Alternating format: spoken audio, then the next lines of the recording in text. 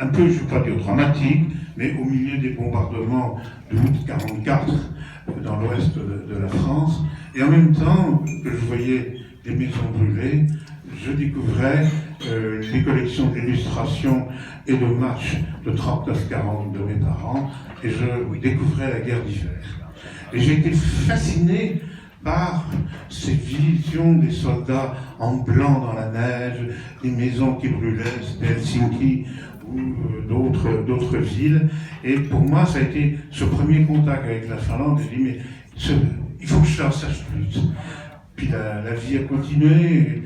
Le vrai contact que j'ai eu avec la terre de Finlande, c'était en 1954, avec une amie finlandaise, et qui m'a amené sur la tombe de son père, le canonnier Wexström, tué le 3 mars 1940, l'un des tout derniers tués de la guerre d'hiver. Il y a eu un contact, je dirais, physique avec, disons, cette période dramatique de la Finlande, et cette découverte que je faisais progressivement, bien, je l'ai eue au cours des années, et en particulier depuis une vingtaine d'années où je suis à France-Finlande et 10 ans de président, et j'ai découvert chaque fois un peu plus la Finlande, et c'est pour ça que je suis heureux de trouver tout ce monde réuni, aussi bien des Finlandais. Eux, c'est normal, ils fêtent leur indépendance, mais nous aussi, Français qui sommes là, nous fêtons également cette indépendance.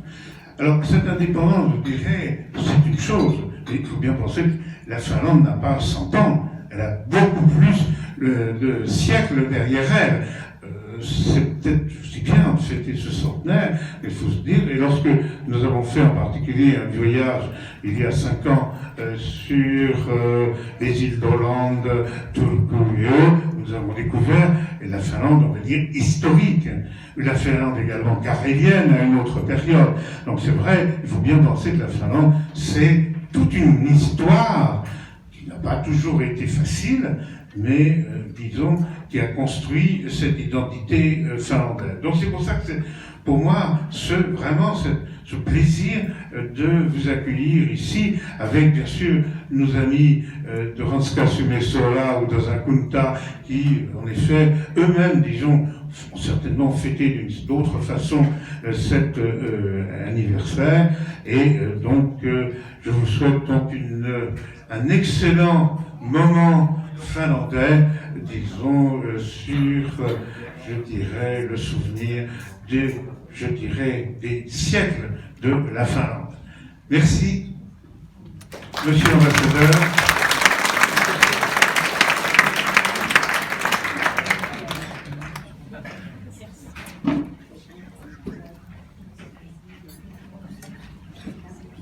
Monsieur le Président, Messieurs les ambassadeurs, Mesdames et Messieurs, chers amis de la Finlande, hyvät naiset ja herrat, suomalaiset ja Suomen ystävät.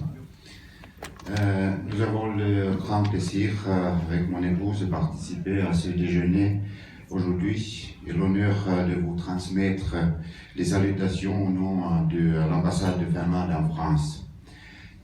Comme vous le savez, cette année 2017, la Finlande célèbre le centenaire de son indépendance.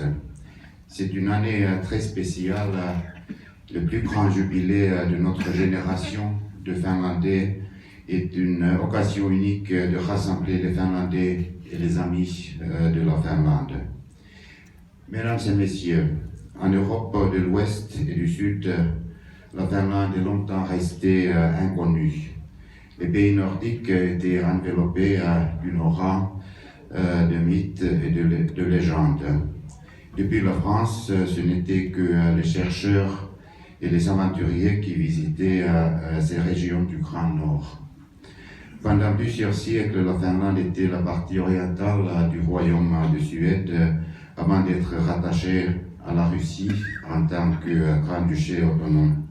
Elle acquiert ainsi une identité propre et petit à petit, elle est remarquée également à l'étranger. Avec la France, les relations se tissent souvent par l'intermédiaire des maisons de commerce finlandaises qui exportent du bois et du goudron et importent du sel, voire du vin. Ces échanges commerciaux se font à travers les ports français et les marins finlandais sont une vue fréquente dans les villes portuaires françaises. Les Français découvrent la Finlande aussi à travers les expositions universelles organisées à Paris à la fin du 19e siècle et en 1900. Ces expositions servent de plateforme pour faire connaître au public français la culture, le savoir-faire et surtout le statut spécial de la Finlande. Les échanges entre la Finlande et la France se multiplient dans de nombreux domaines. À la fin du 19e siècle, Paris est le centre mondial des intellectuels. Un grand nombre d'artistes et d'autres personnages culturels finlandais se rendent à Paris pour étudier et nouer des contacts. En plus des artistes, ce sont les scientifiques et les hommes politiques finlandais qui, grâce à leurs contacts, réussissent à faire parler les journaux et les politiciens français de la question de la Finlande. Vers la fin de la Première Guerre mondiale et après la Révolution qui éclate en Russie en février 1917, l'emprise de l'administration centrale russe s'affaiblit considérablement en Finlande.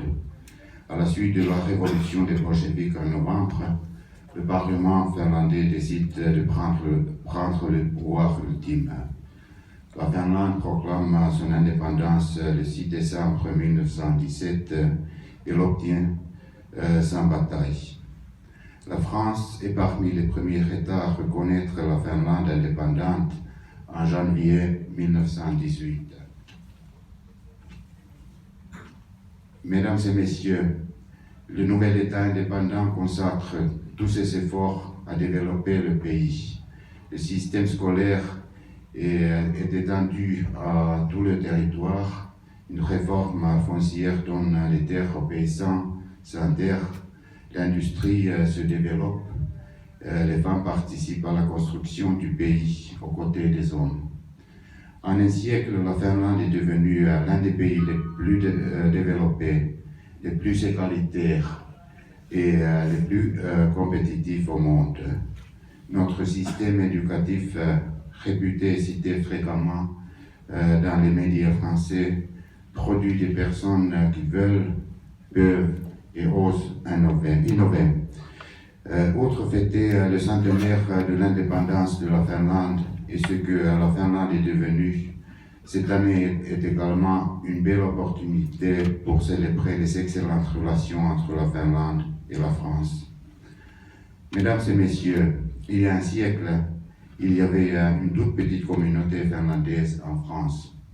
Aujourd'hui, les Finlandais en France sont plusieurs milliers.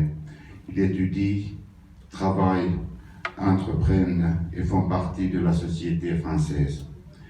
Nos deux pays sont membres de l'Union européenne et dans beaucoup de domaines, nos points de vue convergent.